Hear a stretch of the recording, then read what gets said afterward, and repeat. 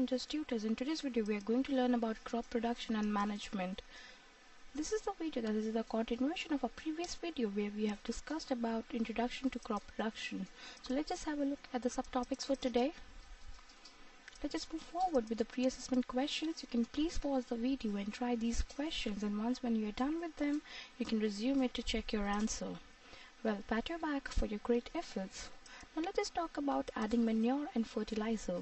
It is really important to add manure and fertilizers to the soil because in some places the soil has less nutrients for crops because the farmers grow crops after cropping the same field again. So that provide sufficient or essential nutrients to the soil when we add manure and fertilizer to it. So now what is the difference between manure and fertilizer? Manure, that is obtained from decomposition of plants or animal waste, whereas fertilizers are chemical substances produced in the factories. Use of manure makes the soil fertile as it provides a lot of humus to the soil, whereas use of fertilizers makes the soil less fertile as it does not provide humus to the soil. Manure is comparatively less rich in plant nutrients, whereas fertilizers are very rich in plant nutrients. Manure have no side effects on plants, while fertilizers can be harmful sometimes as they contain chemicals. So now what are the advantages of using manure? It enhances the water holding capacity, it improves the texture of the soil, it is renewable and eco-friendly. So talking about crop rotation refers to the practice of growing different types of crops in the same area over a sequence of seasons to restore the former fertile level of soil. We can use the technique of crop rotation, which is basically growing crops alternatively. So now let us talk about irrigation. Irrigation is a method in which water is supplied to plants. Plants contain nearly 90% of water.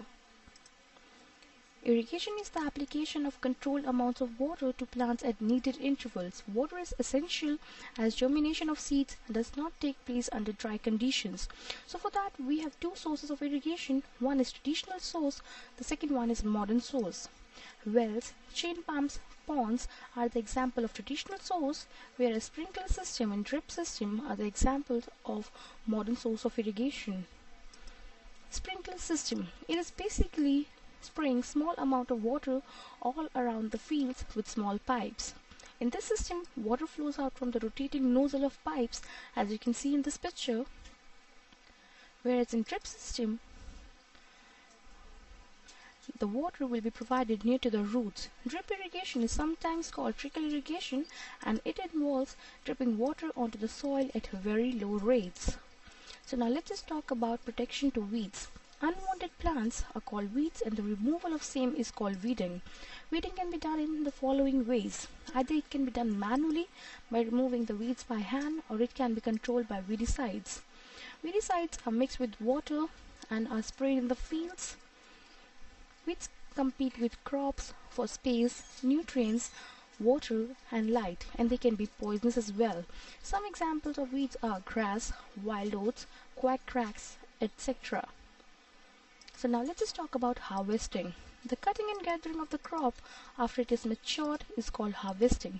It can be done by a sickle or by a machine. Harvested crop grains need to be separated from chaff, and this process is called threshing.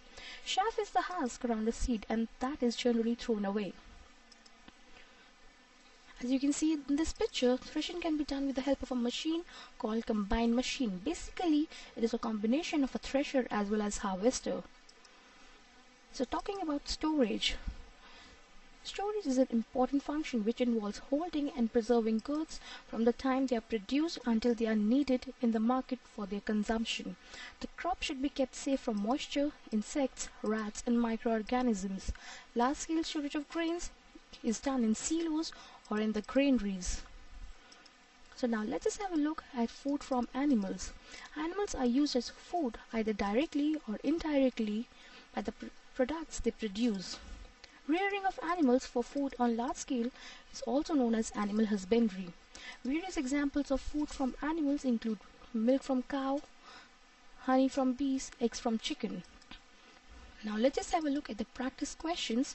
You can please pause the video and try these questions, and once when you're done with them, you can resume it to check your answers. Thank you so much for watching this video, and for more you can please log into justtutors.com.